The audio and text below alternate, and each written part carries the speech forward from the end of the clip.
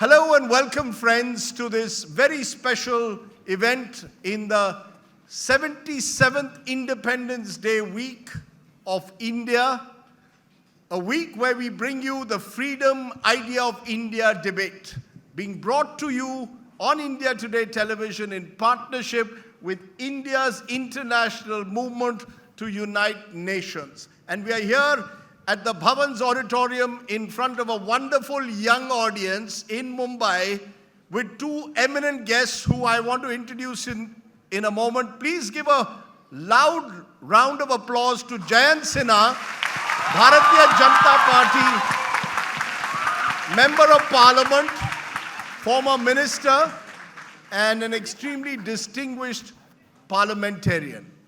To my right is another very distinguished parliamentarian. He's worn several hats over the years. He's here, of course, in his hat as an eminent speaker. Please welcome Dr. Shashi Tharoor,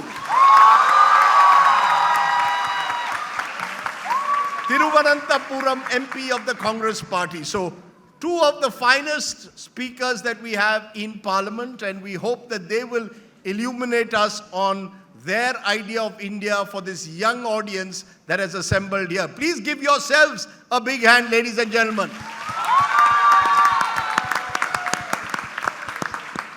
Okay, so it's going to be 2 minutes each first, asking both of you, Jayant Sinha and Dr. Tharoor, to tell us what is your idea of India as we enter this 77th Independence Day week. Why don't you start, Jayant Sinha? Thank you very much, Rajdeep. And first of all, let me start by thanking all of you and I.I.M.U.N. for organizing this debate and putting together a fantastic event. So thank you very much for having us. Thank you, of course, Rajdeep, for anchoring this debate. And of course, a very warm welcome to my distinguished colleague in Parliament, Shri Shashi Tharoor. Now, I'll start, first of all, by apologizing. And you'll ask me, why am I apologizing? I am, Rajdeep, because Cyrus just announced we would have Srimati Priyanka Chopra ji, and instead you got us. So I'll apologize for that. He was obviously cracking a joke, but I think he set expectations very high for us. But I have a very clear view. As we think about India in 2047, 100 years after independence, I think of a global superpower that's driving sustainable prosperity for ourselves, for India, and for the world. Sustainable prosperity by 2047, that's how I think about India 100 years after independence. The two words here that are very important are prosperity and sustainability. Prosperity and sustainability. So when I say prosperity, I mean that by 2047, we end poverty in India. And when we end poverty in India, all of our regions do well. Mumbai does well, Thiruvananthapuram does well, and my own Hazaribagh in Jharkhand does well. So we have regional growth, we have regional prosperity, and that's a very important element of prosperity. The second aspect of prosperity, which I think is very important for all of us, is to have a very strong safety net. And that includes, of course, healthcare, income support, pensions, education. We need to build that. We've done wonderful work on that over the last few years, which I will describe in detail later. But a strong safety net is very important for prosperity. And then the third, which hopefully all of you as young people will appreciate, I certainly appreciate in my own life, is a world-class, wonderful education system that's available to all. So when we talk about prosperity, we talk about those three things. We talk about end to poverty, high GDP per capita. We talk about a strong safety net, and we talk about a world-class education system. Now let me come to the second aspect of what sustainable prosperity means, and that revolves around the concept of sustainability.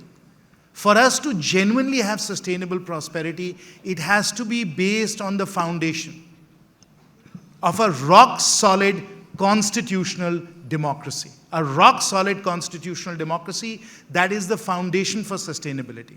And if we have that kind of constitutional democracy, we will of course be able to get to net zero, because that's what we need to do. Our planet faces an existentialist crisis when it comes to climate change. We have to be on a net zero trajectory. We have to be in ecological balance. That's a very important aspect of sustainability. And the third important aspect of sustainability is to have a sophisticated, high-tech military as well, a military that can guard our borders, that can give us security in these very uncertain times. So we are living, and as the Honorable Prime Minister said, the Amrit Kal, the next 25 years will define India. We are very well positioned, a young, healthy workforce, which is what you are, a solid, rules-based democracy, and geopolitics that are very much in our favor now. That's why we need to build an India that is sustainable, an India that is prosperous. That's my vision for India in 2047. Okay. Jayant Sinha with his vision for India.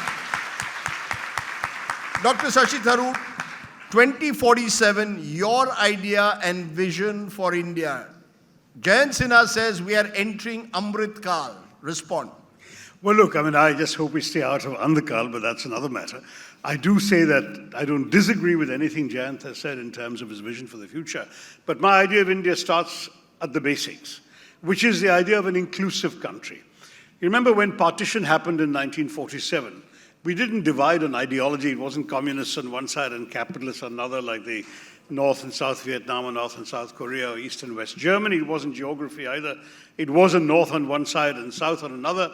We were partitioned on the basis of one simple principle: should religion be the determinant of our nationhood?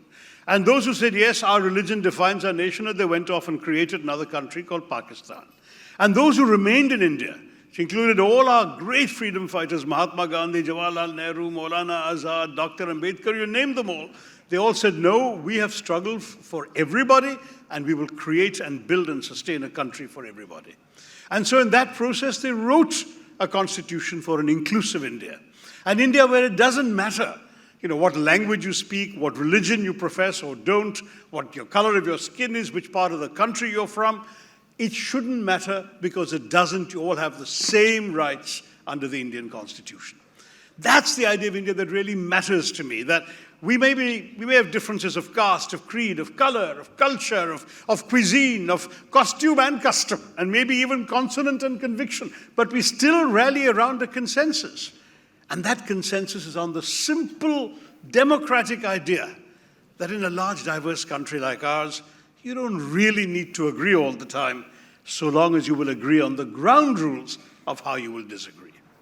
And to my mind, this is what has sustained India, Indian democracy, and the hopes of India until very recently, when some in authority have been challenging the very basis of this idea, who see in India through a much narrower prism of one religion, one language, one leader, who are anxious in that process to demonize an other with a capital O on the basis of their religion, on the basis of their caste, even weaponizing history to try and rake up wounds in the present, which we don't need to see reopened in the kind of future that Jayant and I would like to imagine for our country. I too want an India where, frankly, we can all dream of a decent job, a place, a healthcare clinic within a 5-kilometer walk maximum, less maybe, from our places of residence, a school to send our children to, 2 or 3 square meals a day, a shelter from the rain and the sun, and a decent job that enables us to dream of a better life, and even still of having a better life for our children. We all want to give you, the next generation, a better India. But we are, unfortunately, in the process of dividing and damaging and wounding the India that exists. That is what saddens me so much.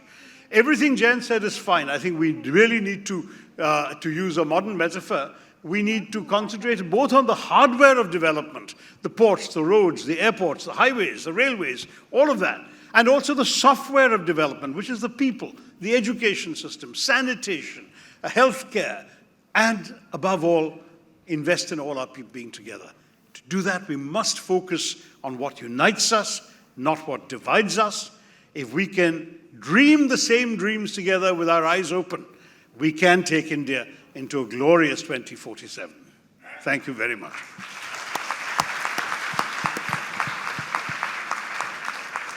In some ways, Dr. Tharoor has set the stage for a political debate. Because in the last few weeks and months, we've seen what's happened in Manipur.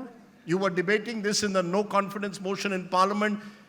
Tribes are pitted against tribes. Meiteis are pitted against Kukis. Lands are divided. Kukis cannot come into the Imphal Valley and Meiteis cannot go into the hills of Manipur. We've seen a terrible hate crime, Mr. Sinha, not too far away from here in Mumbai, where 3 people were killed by a person in an alleged hate crime because they belonged to a particular religion. In this case, they were Muslims who were killed. And we've seen in Nuh, in Haryana, the very opposite taking place, where Hindus have been killed, mainly in a predominantly Muslim area. So should we be worried before we think of 2047 and Amrit Kal, think about where we are in 2023, is what Dr. Tharoor seems to suggest. Is it as bad as he says, or is he exaggerating because he's in the opposition party? So Rajdeep, I don't want to put words in Shashi ji's mouth or anything, but let me make it very, very clear that he and I think all of you, have sworn an oath to our Constitution. We have said on our sacred honor that we will protect and cherish our Constitution. And our Constitution is very, very clear. The idea of India that comes through our Constitution and in our constitutional morality is very clear. And all of you in your civics classes and in your studies of the Constitution know Article 14, Article 19, all of these very important aspects of the Constitution. And let me make it absolutely crystal clear. Our party, the Honorable Prime Minister, the Honorable Home Minister, all of them have again and again assured everybody that we absolutely cherish the ideals of the Constitution, which of course include secularism, federalism, protection of human rights, the rule of law, accountability. All of these are enshrined in our Constitution. We've sworn oath of our sacred honor to the Constitution, and we will defend it, and we will make sure that we are able to bring it to everybody in this wonderful republic of ours. Nobody should have any fear or any concern about it. What you have just spoken about, the various incidents, Rajdeep, that you mentioned, they're terrible incidents. They're tragic incidents. And nobody should have to suffer. Nobody should have to go through that. As parliamentarians, as representatives of the people, Shashi ji and I deal with these kinds of situations every single day. We are dealing with them every single day. And I will tell you that all of us are determined to make sure that everybody in India, independent of their religion, their caste, their creed, their color, all our citizens get all the rights and opportunities that they deserve as members of this republic. We are all committed to that, first and foremost as Indians and citizens. Our ideology, our parties, all of those things come after that. But first and foremost, we are committed to that as citizens of this Republic of India, which is just about to celebrate its 77th day of freedom. And I'll conclude by saying one thing. The most important thing about a constitutional democracy, and I said this when I started, is the idea of freedom. It's the idea of liberty. And liberty means freedom of many different kinds. They're enunciated in Article 19. Of course, freedom of religion is part of it. Freedom of expression is part of it. Freedom as association is part of it. Freedom of commerce is part of it. Freedom, freedom, freedom. That is the essence of democracy, and a government's first and most important right and responsibility is to be able to protect the Constitution, to protect liberty and freedom. Before I go to Dr. Tharoor as a response, just want to, since you mentioned freedom so many times, you mentioned swearing on the Constitution, are you telling me therefore that every Indian, every young Indian can choose who he or she wants to marry without being accused of love jihad? That they can choose to eat the food of their choice without being told that if you eat a particular kind of meat, you might be seen as anti-Indian? Are we very clear about that, that young India should have the right and the freedom to practice their lives the way they want? Rajdeep, I think... You took away my line, boss. This is what I was going to say. Will politicians stay out of our kitchens? Will politicians stay out of our personal lives? Exactly. Allow us to lead our personal lives as per the Constitution. Rajdeep, for asking that question, and let me assure all my young friends today, all the things that you mentioned are your constitutional rights. They are your constitutional rights. We fought for hundreds of years to be able to secure those rights. Those have come to us from our freedom fighters, from our grandparents, from our parents, and they have fought very hard and struggled so that we can say yes to all the things, Rajdeep, that you just said. Yes, you have the right to marry anyone you want. Yes, you have the right to eat anything you want. Yes, you have the right to practice any religion you want. That is enshrined in our Constitution, and anybody who says the opposite is going against our Constitution. Okay. It's good to get that kind of straight response. Of course, as a journalist, I would be cynical of politicians because they say something at platforms like this and then something else happens in the real world out there. But Shashi Tharoor, the argument could be, stemming from what Mr. Sinha said, that you're fear-mongering. You see, you come from a lovely state like Kerala where people live in harmony. And yet there is a sense that perhaps when you today say that you're worried about whether the diversity of this country is being protected enough, are you fear-mongering? No. Again, because you believe that the BJP is a majoritarian party and our politics is so badly divided and polarized that two of you may be friends, but once you're out there in the political field, you become enemies. Yeah, I don't think that Jayant is necessarily representative of many, many people, both amongst his party leaders and their fellow travelers from associated organizations in the Sangh Parivar. When he speaks of freedom, to me the most fundamental freedom guaranteed by the Constitution is the freedom to choose.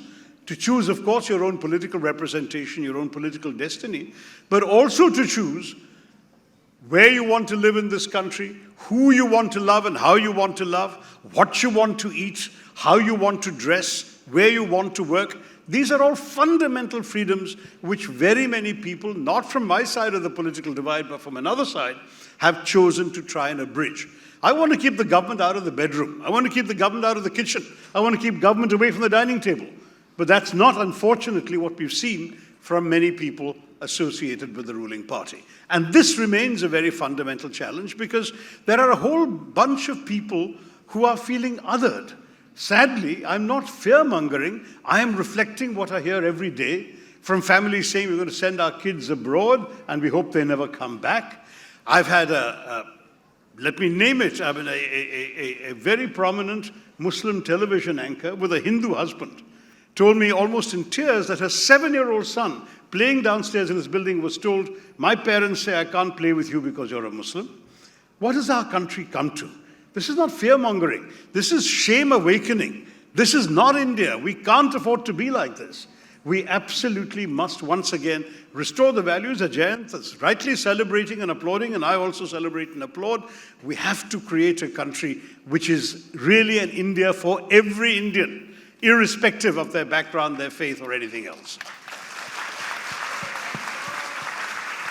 I hope this young audience is convinced about that you will not discriminate on the grounds of caste, gender, and religion. Are we clear about that? Okay, that's reassuring to hear. I just want to pick up, though, from that to another concern that young India might have, which is income inequalities, which have grown. An Oxfam report says that the top 30% in this country owns over 90% of India's wealth. And the top 10% own over 72% of the wealth. And the richest 5%, about 62% of the wealth. Jayant Sinha, as a man of finance, is a man who comes from Hazaribagh, one of the poorer parts of the country in Jharkhand. Is this something that worries you? One worry has been pointed out by Dr. Tharoor, religious divisions. The other is income inequality. Is that a challenge going ahead, looking into 2047? Rajdeep, in the last few years, we've virtually ended extreme poverty in India, and that's what many, many international observers are saying right now, The Honorable Prime Minister in his very eloquent speech yesterday laid out a number of statistics that indicate that we made remarkable progress in ending poverty and ending the markers of poverty, which is lack of access to education, lack of access to healthcare, hunger. As you know, through the COVID pandemic and thereafter, we have been providing free grains to 80 crore people. So we have been able to provide, which has never been done before. This is very important for young people to understand. This has never been done before, that we can now provide support, sustenance into people's bank accounts and through the public distribution system directly into their homes in a way which has never been accomplished before, because we've been doing it so efficiently. So we've ended extreme poverty. We have been able to create job opportunities. We've been able to provide good education to young people. So we are rapidly creating opportunities for everyone. So of course, income inequality is reducing. Income inequality is something that we are working on. And across the world, there are important forces at work that actually make it difficult to be able to deal with the concentration of wealth that is happening. And those are driven by globalization, they're driven by technology and so on. This trend that you're talking about the very narrowing and concentration of wealth at the very top, not even the 1%, but the 0.001%, is driven by certain very dramatic global factors, as I said, like globalization and technology, which we are subject to like everyone else. But the important point, that for India's 140 crore people, we have created a safety net. That is something that has never ever been done before in a country at the scale and scope that India has accomplished over the last few years. So you deny that there is concentration of wealth. You're saying people have been lifted from poverty, which is fair enough. And it's not. It's happened not just in the last 9 years. Let's also be fair. It's been happening over the last 29 years post-liberalization. But you agree that there is too much of concentration of wealth in a few hands even today in this country? I don't subscribe to that, Rajdeep, because if you look at the number of unicorns that have been created, the number of millionaires and billionaires that have been created, those numbers are staggering, those numbers are extraordinary. So I don't subscribe to the view that we have this very incredible concentration at the top. I think that there is a rising tide that's lifting all boats. Well, I don't agree with that, Rajdeep, as you can well imagine. First of all, under the UPA government, of which in the second term I was a part, we pulled out, and these are not challenged figures, 270 million people from below the poverty line above it. Sadly, during the demonetization carried out by Jayant's friends in government, we ended up pushing 150 million people back down again below the poverty line, with a number of lakhs and lakhs of micro and small enterprises shutting down because their liquidity disappeared overnight, and most of them never reopening. You also found a situation where the highest figures for unemployment ever recorded since we started keeping numbers in the late 1930s happened 2 years ago in this country. The COVID lockdown didn't help either, and the way in which our migrant workers suffered trudging barefoot or in slippers back to their home villages because the lockdown had been announced with no warning, the only country in the world where no warning was given. So there was no time for any arrangements to be made to house or feed our migrant workers. They all went back in terrible circumstances. When we look at these situations, people being treated carelessly, decisions being made that impacted the poor and the poorest of the poor, unemployment going up so people don't have the hope of something better, and at the same time, inflation has been recorded. We've seen, all of you I'm sure have been hearing stories about the price of tomatoes. For even longer, we've been hearing about the rising prices of fuel, petrol and diesel, even when they were plummeting around the world because our government was piling taxes on top of it to cover their costs. All of this has made life very difficult for the so-called Aam Aadmi. Now, the macro picture, I don't disagree. Unicorns may well be created. We probably created far more than any other country, I think. But the fact is, those are unicorns because they're $1 billion worth, each of them. How many Indians do you think? 0.0000, how many percent? So we're not looking at anything that helps the large mass of people, the average Indian, the so-called Aam Aadmi. You know, but I must say this to you, Dr. Tharoor. It's not as if the price of tomatoes only rose when the BJP is in power. When you were in power also, the price of, you see, let's be clear. Look, I'm a tomato fan. Inflation price of onions also went up under BJP. Inflation wasn't discovered in 2014. You see, the problem with having politicians from either side is you give a very partisan perspective. When I give these figures about income inequalities, this is a reality that has existed in this country for 7 decades. No, it's actually got worse, Raj. These are measurable facts and figures. In fact, I'd like to know why the government, no, you can measure it. Inequality is worse in our country. It's also happened to China. Inequality is bad in China too. So it's not as if we are unique, but we do have rising inequality, and all the figures have shown this. One of the worries we have is that suddenly the government hasn't been conducting some of the statistical operations that give us reliable data, that used to give us reliable data. We haven't had a census for the first time since 1841. There hasn't been a census in this decade so far. And we wonder when and if it's going to be, because now we hear it won't be till after the general elections. We don't have a number of the statistical exercises. We don't even have a chief statistician. He's been fired. So we're worried a little bit about the reliability of the figures. But in as much as the experts can estimate with accurate numbers, we are doing worse on the yardstick that you asked about, which is inequality. We're doing worse on poverty. We're doing worse on hunger. The Global Hunger Index is considered a widely reliable figure. Our rates have dropped there. In other words, child malnutrition has gone up, and particularly in so-called prosperous states like Gujarat, the figures are shocking. And you're looking at a situation where these numbers are bad. I believe very much in painting a picture of hope and optimism, because that's basically who I am. The proverbial glass being half full and half empty, I prefer to see it not only as half full, but as refillable. We've got to be able to try better. We haven't got it right. We've got to be able to fill that glass up. So I want to say to all of you, I want you to have a better future. But we're not going to get there until we look at the reality of the present time. Okay, let me turn therefore to another reality of the present time. We've got a young audience here, many of whom, like you, might want to get into public life. And then they see a figure brought out by the Association of Democratic Reforms a few months ago, that 44% of our legislators of state assemblies across the country, 1,777 of them, have declared criminal cases against them. Why should the young join public life and politics if they are surrounded by criminals, and if criminalization of politics is so rewarding? So they can reduce the number.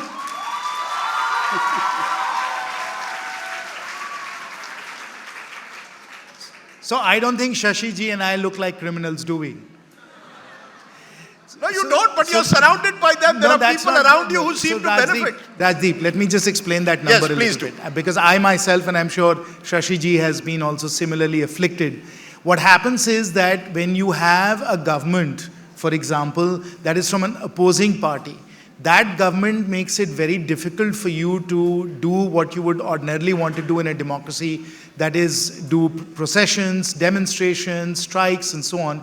And in many of those situations, when we do those things, we have cases that are brought against us. And that often results in situations where members of parliament, members of legislative assemblies end up having a large number of cases against them because they are undertaking democratic actions, they are exercising their democratic privileges. So there is quite a bit of noise in those numbers that we have to strip. No, sure, let me strip the noise. If you're saying that, some of them could be criminal cases which are foisted upon by opposition or for minor charges, the fact is 25% of these are serious criminal cases. In terms of serious criminal cases, the BJP, your party, had the highest number because you have the maximum MLAs, 337. That's 25% of the total MLAs with charges. Congress not too far behind Dr. Tharoor, don't worry, 194, 27%.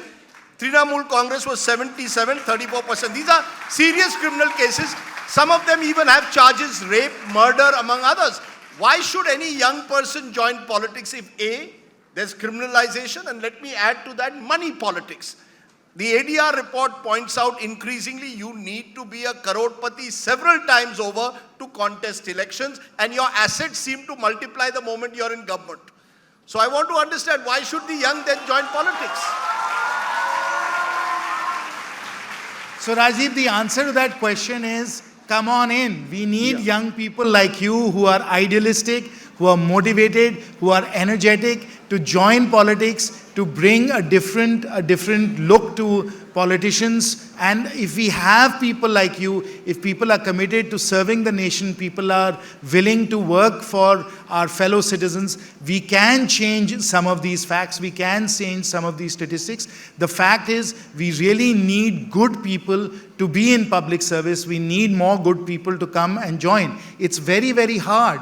And many people will prefer a well-paying career or a better lifestyle to being in public service. But unless we get the most talented, the most idealistic people willing to take on these hard challenges like Shashi ji has done, leaving aside a fantastic career as a diplomat, unless we bring in people like Shashi ji and others and like yourselves into public service, these are the kinds of numbers that we will find difficult to turn around. So we must do that. And I, of course, tell people that don't do it too soon. Make sure that as far as you are concerned, you are able to discharge your responsibilities as a family person, as a husband, as a father, and so on. But once you can do that, I myself joined public service at the age of 51. I didn't do it when I was 31. I didn't do it when I was 41.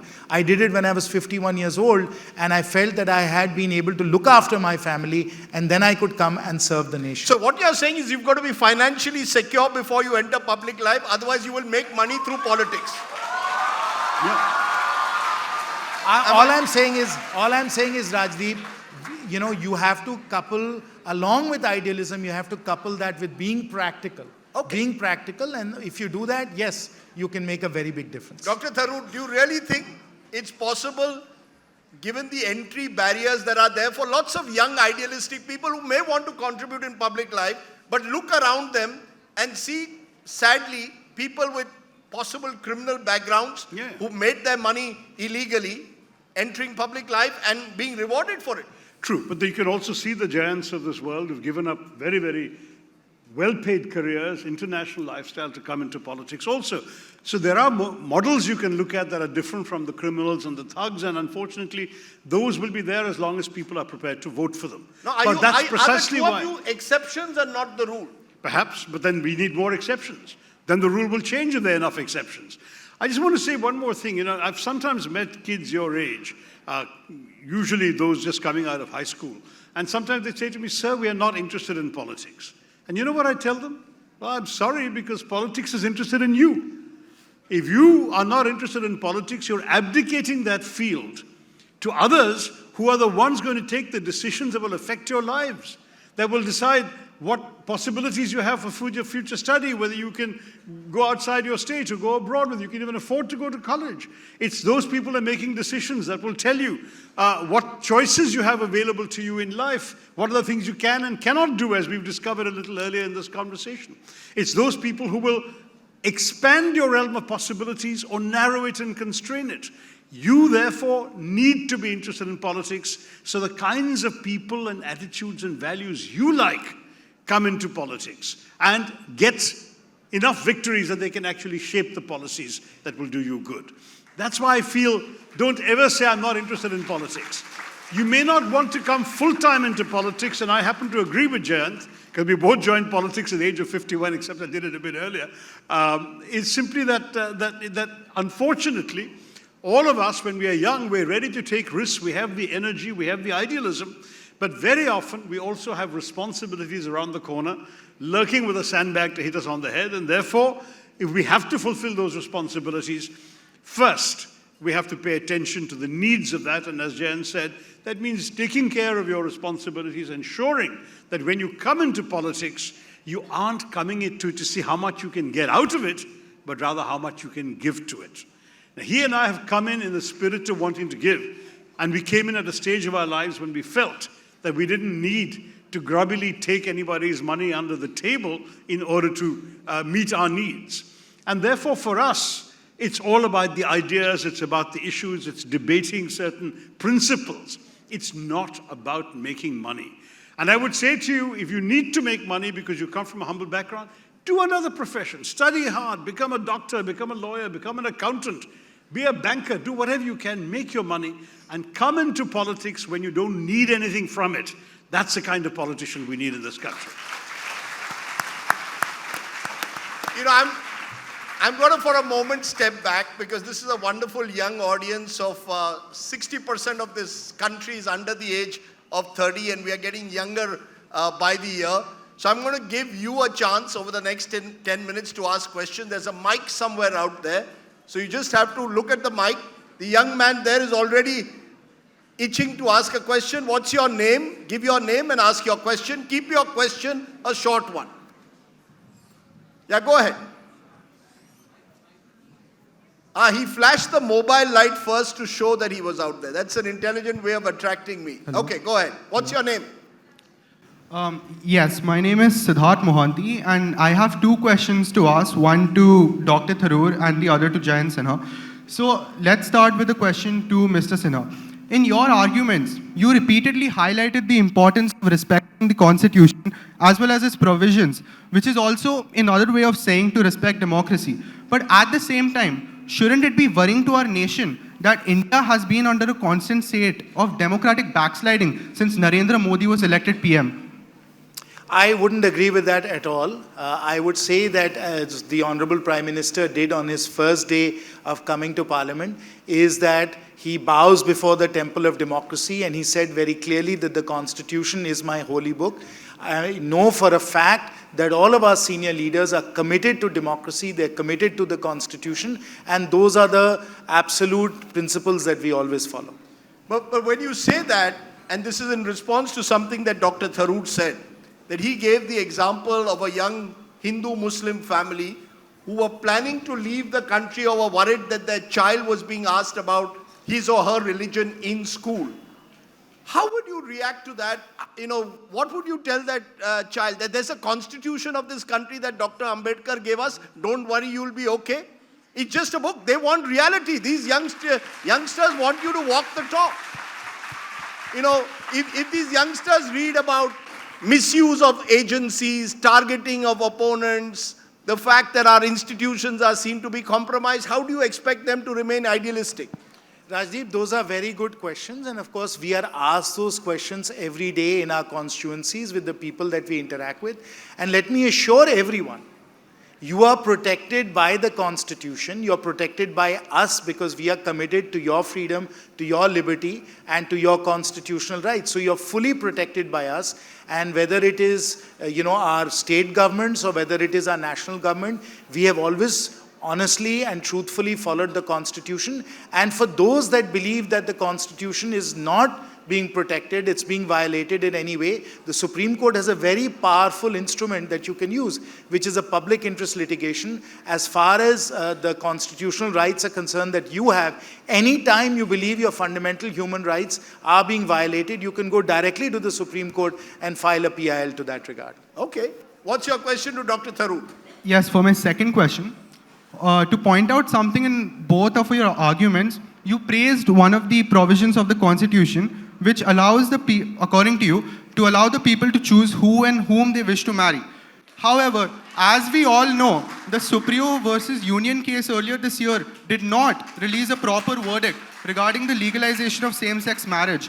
And one can say that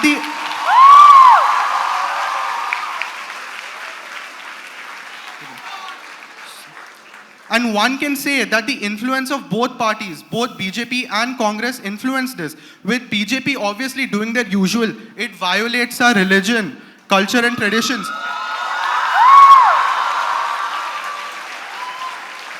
And then we have Congress, which continues its streak of not doing anything. It's stating that there are more. Okay. And Congress was I'll just shorten it. Go on. And Congress, which continues its streak of not doing anything, stating that there are more important issues to handle than gay marriage. Now, in Congress's words, does more important issues constitute Rahul Gandhi getting new beard styles and running a marathon under the name of Jodo India? Okay. By the way, I think in the course of this debate, we have found a good young moderator and a future politician. But let's be very clear. Before I Did you come say to Dr. Tharoor, immoderator? Or? yeah, before I come to Dr. Tharoor, I want a show of hands. How many of this audience actually believes that the Supreme Court should legislate and allow, if people want to have same-sex marriages, they should be allowed? I hope you're watching Mr. Sinha and Dr. Tharoor. Our politicians may be behind the time. This is South Mumbai, of course, but you want to respond to him? Absolutely. I mean, I think the young gentleman, Siddharth, may not realize that I am the only MP who tried twice to get Section 377 of the Penal Code decriminalized. That is, that prohibited homosexual relationships and lesbian relationships by saying that they were against the order of nature. I tried, and it was Mr. Jayant Sinha's party that twice opposed the introduction of my bill and voted it down twice. So, and let me say, they did so with some very salacious and petty remarks, which I won't dignify by repeating in front of all of you, but that was the attitude taken, at which point I advised some of the petitioners in what became the very famous case that turned the tables, that the only way you're going to do this, as long as the BJP has a majority in our parliament, you will have to go the court, the judicial route. And that's what they did, and they finally got it decriminalized by the Supreme Court. Now this larger issue of same-sex marriage is there. As far as I'm concerned, I recognize that my stand is a minority one, that even in my party there'll be many who disagree with me. My argument is, if their disagreement is based on an emotional word like marriage, many countries have gone through an intermediate stage of a civil contract kind of arrangement. The most important thing is that in a loving relationship between two people, that the dearest person to you should have the kinds of rights that in a heterosexual marriage a spouse would have. And those rights, if you're not able to bring it in through the word marriage, bring it in through a civil society, a civil or social partnership contract, which can easily be done under the Special Marriages Act, provided the court allows it for people irrespective of their gender. So there are solutions possible. I cannot speak about Rahul Gandhi's beard. I think he looks pretty good, clean-shaven, but, you know, there are others who have different views. But I can tell you that as far as the Congress Party is concerned, we are free to express our own opinions.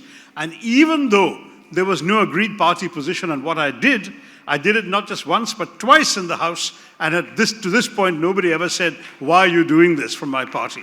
So we can stand up for what we believe in. We just have to have the political courage to do that. It may not work, but it's worth trying.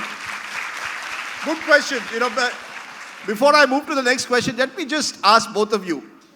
Mr. Jayant Sinha, if there's a view that Mr. Narendra Modi has and you don't agree with it, can you go up to him and say, Mr. Prime Minister, I don't agree with you? Absolutely. We have the ability within the party to have very open discussions on many important and sensitive topics. And of course, we discuss and debate most of these important issues in that fashion. And if you have a different point of view, you can express it with the senior leadership of the party.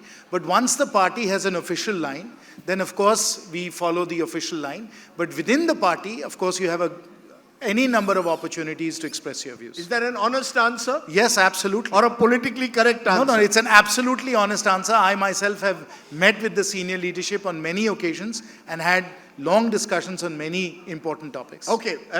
Dr. Tharoor, can you disagree and say, Rahul Gandhi, I don't agree with you? And still survive in the Congress party? Yes. No, we've also had conversations at various times about issues in which we didn't necessarily see eye to eye. But I think it's more challenging when you're in power, because disagreements when you're in opposition essentially are theoretical or idea-based. When you're in power, they're about policy decisions that you can make or not make. And that's the kind of thing where I hope that what Jayant says actually translates into people who currently seem to be impervious to other people's opinions actually receiving a few and getting them done. Okay, let's get, is there a, yes, the girl out here, yes ma'am. Why don't you ask your question? The mic has come to you. What's your name? My name is Reed. Pardon my English, first of all. But, no problem. You can speak whatever language you're comfortable in. This is India. In India, you can speak any of the great languages of this country, not just English. And Rajdeep would personally translate for us, so we don't know. Yeah. I was just going to ask that. I was thinking one day will come in India that no one would be interested in politics anymore, because us youths, personally me, if I'm talking about, I don't like read the news issues or whatever, because I think it's all about the dirt.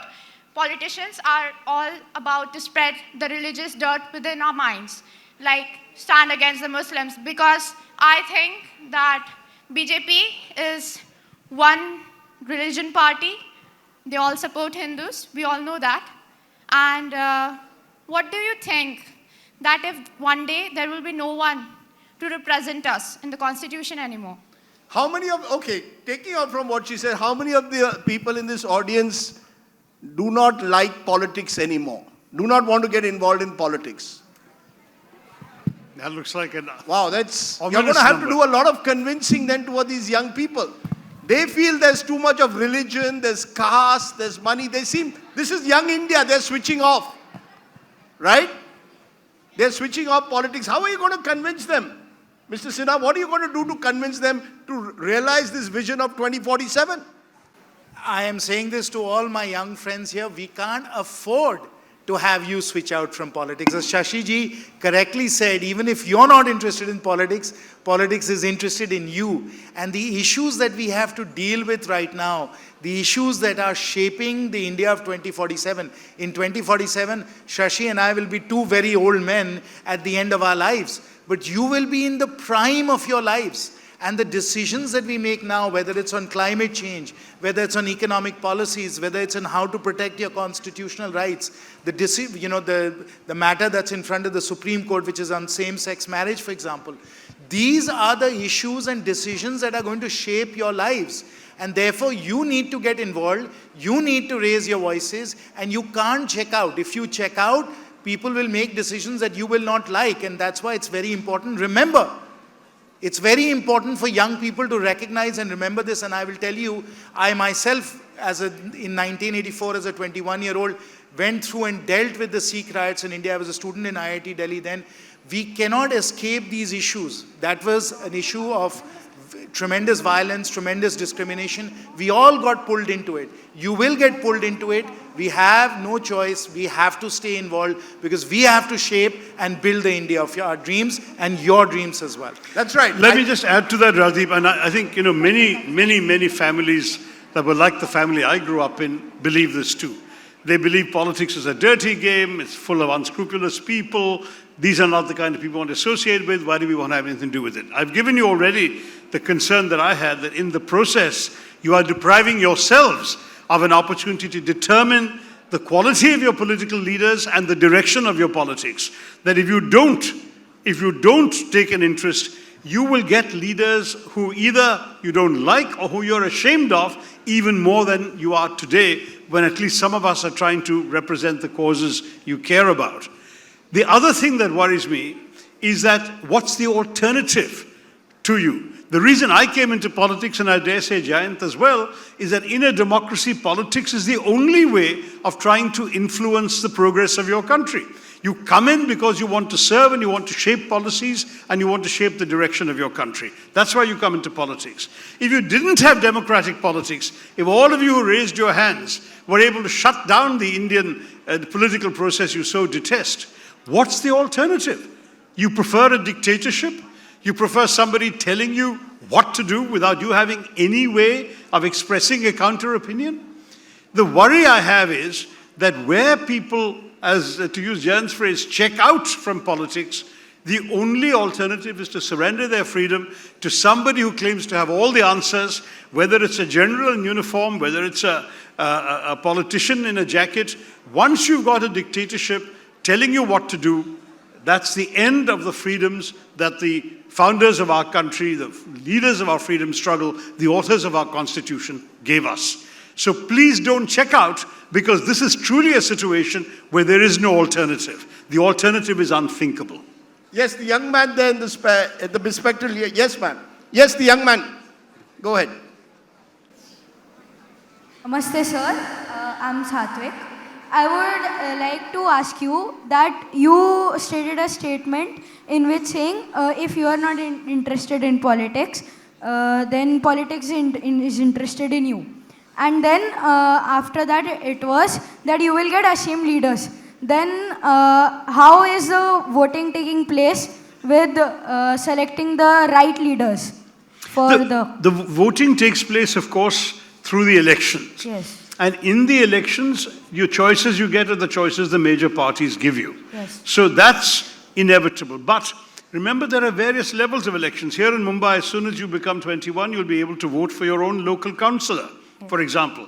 He's the one or she's the one who will take care of basic problems, from potholes in your roads to whether the street lights are working to whether garbage is being cleared, all of which affects your daily life. Then the next level up is the state assembly, where the state assembly does a lot of things, and then above that is the Lok Sabha, which creates the central government that does the sort of big things. Now, at all those levels, you will have choices. And one thing you should do is remember, the big flaw that I see in our democracy very often is we have free and fair elections every 5 years, but in between those 5 years, we often don't function democratically enough. We have a government that takes too much for granted, takes people for granted. Okay. We need to hold them accountable. And that, again, is something you can do by everything, by meeting politicians, by asking questions, by writing letters to the editor, by expressing your views on YouTube or Instagram or whatever. You can help create a community of opinion that works in your favor. All of us can do this. You know, I'm going to ask for shorter answers. Let's get, there was a young, yes ma'am, in the red. Go ahead. Go ahead, go ahead. Yes ma'am, ask your question. 1 minute, there's a mic coming to you. Can you give Shreya the mic? Give your mic. What's your name? Hello, my name is Shreya, and I have a question about an issue which was sadly not discussed in the debate. Yes. I think I think everybody over here is very well aware of the recent Manipur violence that happened with women. And I would like to ask, and during the debate, safety net was mentioned and everybody was talking about safety, better India. I want to ask, what actions is the government currently taking on the safety of women? And I'm asking this as a person who travels in the local train every single day and faces issues. What action is Do you government feel taking? you travel by train every day Yes, in Mumbai? yes, Do you feel safe in the train or not? no. You don't?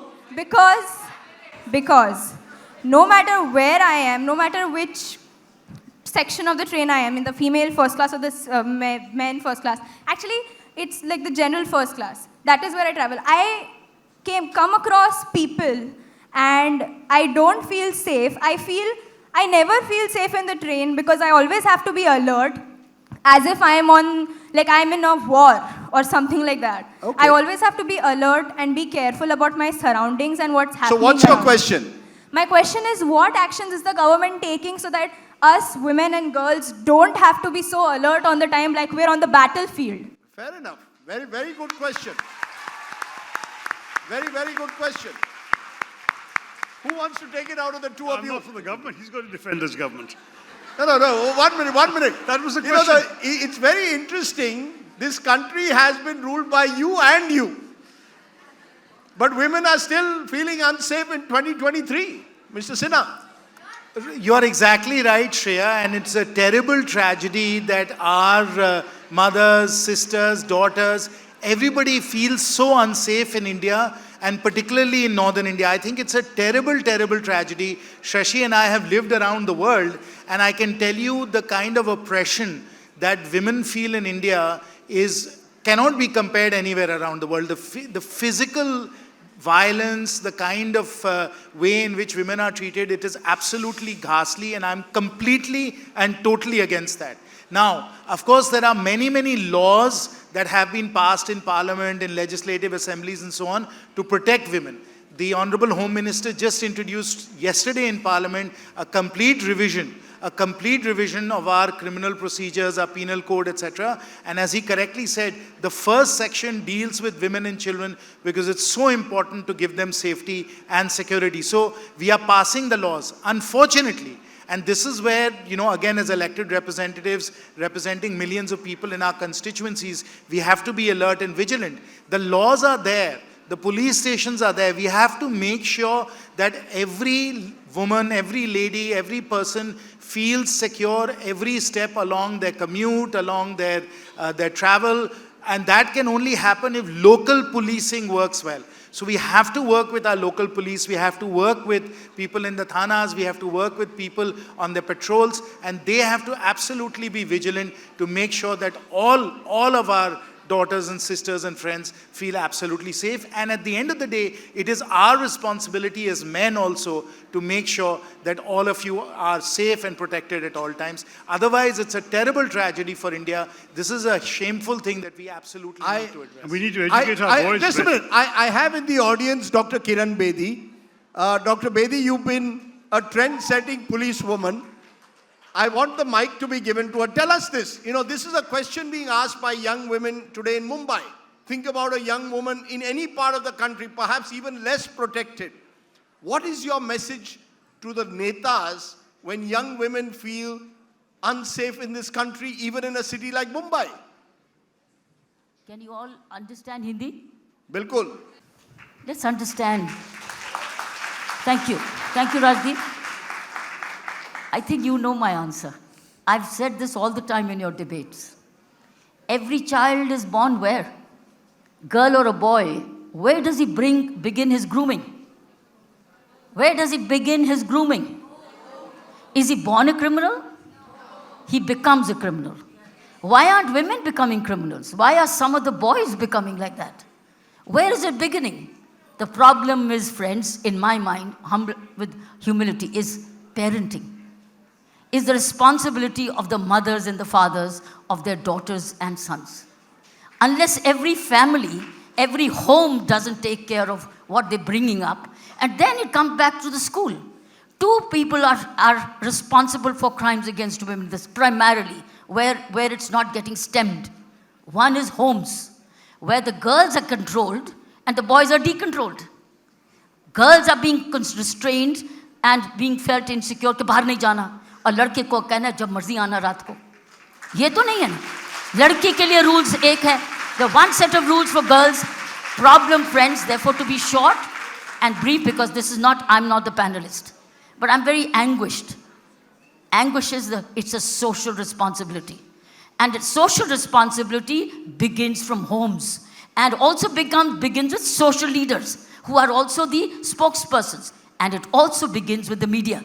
Most of the time, and Rajdeep and I have had a debate, and every time there was a saying, I said, go back to parents. Find out whose child is this boy. Go back to the school. Whose student is it? Unless you identify failed students, failed teachers, failed parents, failed villages. Even panchayats have a very important responsibility. Municipal committees also have a responsibility. We can't put it only on the police. Because police can handle how much? 2%? 3%? But not 70%. Not 70%. Okay. So it goes back to parenting. Okay, fair enough. We have now exactly 5 minutes where we are going to have some fun. This is time for the Karan Johar round, as we call it. The India's international movement to unite nations has created a final rapid fire round for me, which says never have I. It's called Never Have I. I didn't know, this is the latest buzz, I'm told, in colleges across the country. So we'll go with it. Okay, so keep that in mind. Listen to the question carefully. To you, Shashi Tharoor, first.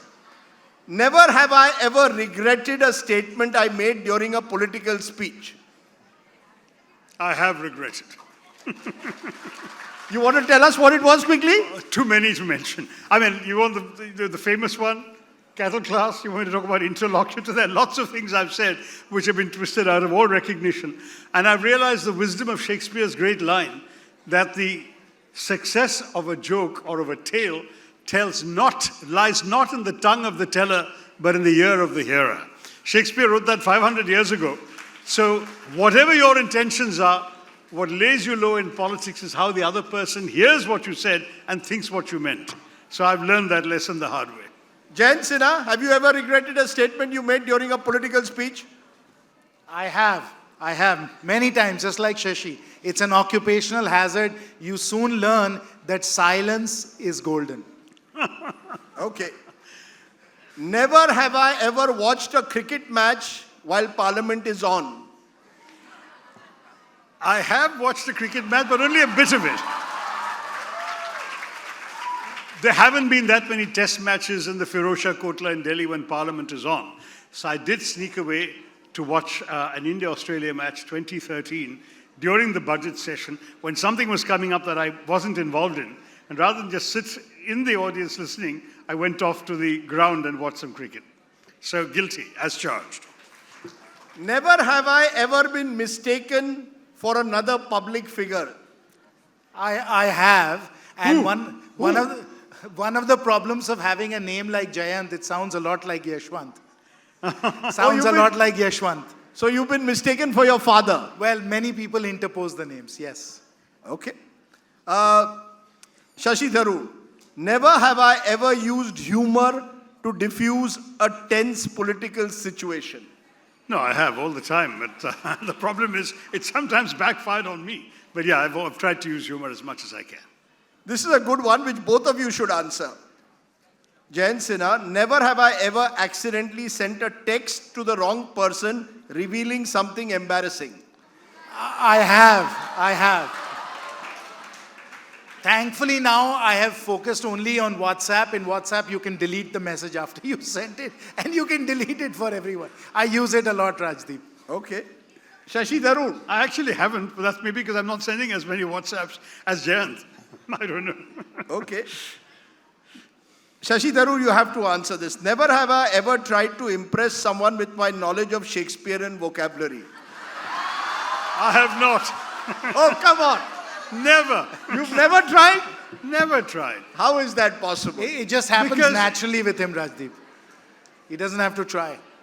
Jayant Sinha, never have I ever tried to hide my laughter during a serious political discussion.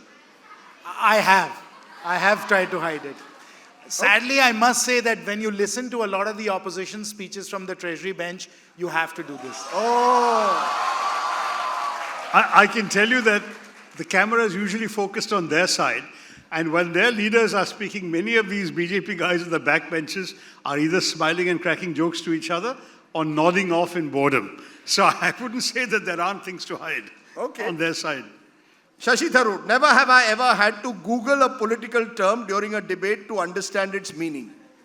I have not, but there's a very good reason. You can't Google anything in Parliament, there's a jammer on. So you actually cannot use your mobile phone in Parliament for any useful purpose.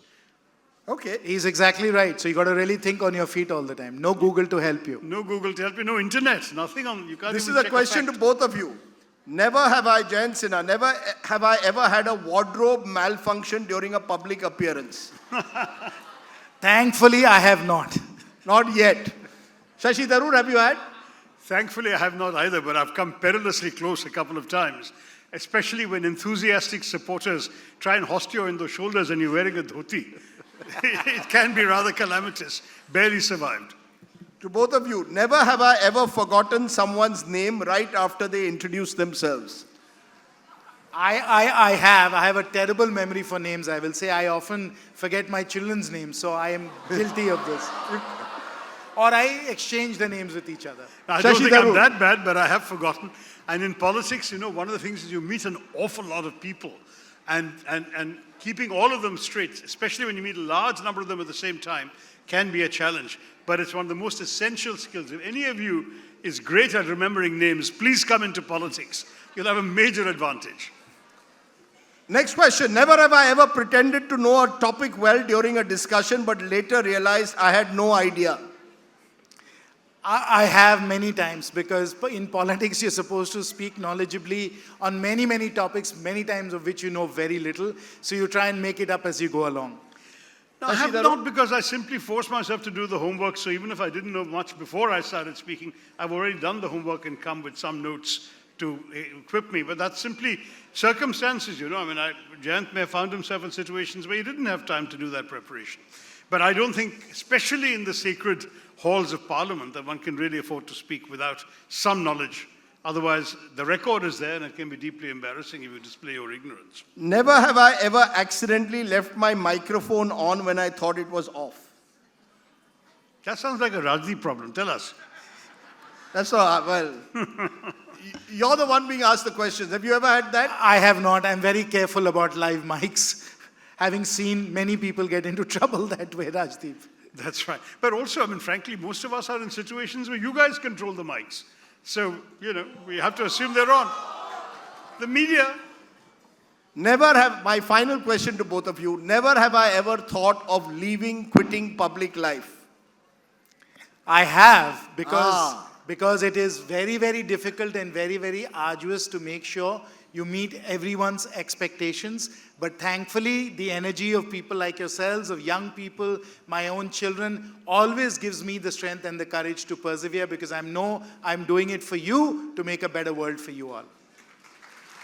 Shashi Tharoor. I was going to say something very similar. You said I have? I have. I have many, many existential crises thinking of, my God, there's so much else I could be doing. I actually had or have still, I suppose, a viable career as a writer. I don't need politics. But I did feel that I'd given up a lot to come into it in order to serve, in order to try and make a difference. And I'm not sure that I've either reached the stage of feeling I've achieved enough, made enough of a difference, or reached the stage of saying I can't and I've got to quit. So I'm going to soldier on for a while longer. Ladies and gentlemen, what we've seen over the last hour or so is what really is that great Indian idea of samvad. This wasn't so much a debate as two proud Indian citizens in public life exchanging their viewpoints. And the best thing I liked was this young audience, which was full of questions, which applauded at the right time and was not convinced at others. So long as this young India remains as vibrant as you do, I think this country will do well. I hope that in the future, many of you will contribute in your own small way or large way to public life. Most of all, I wish each and every one of you be good citizens, happy Independence Day, and celebrate the idea of India and being Indian. So thank you all very much for joining us here. Thank you. Give yourselves a very big hand, and both Shashi Tharoor and Jayant Sinha. Give them a very big hand.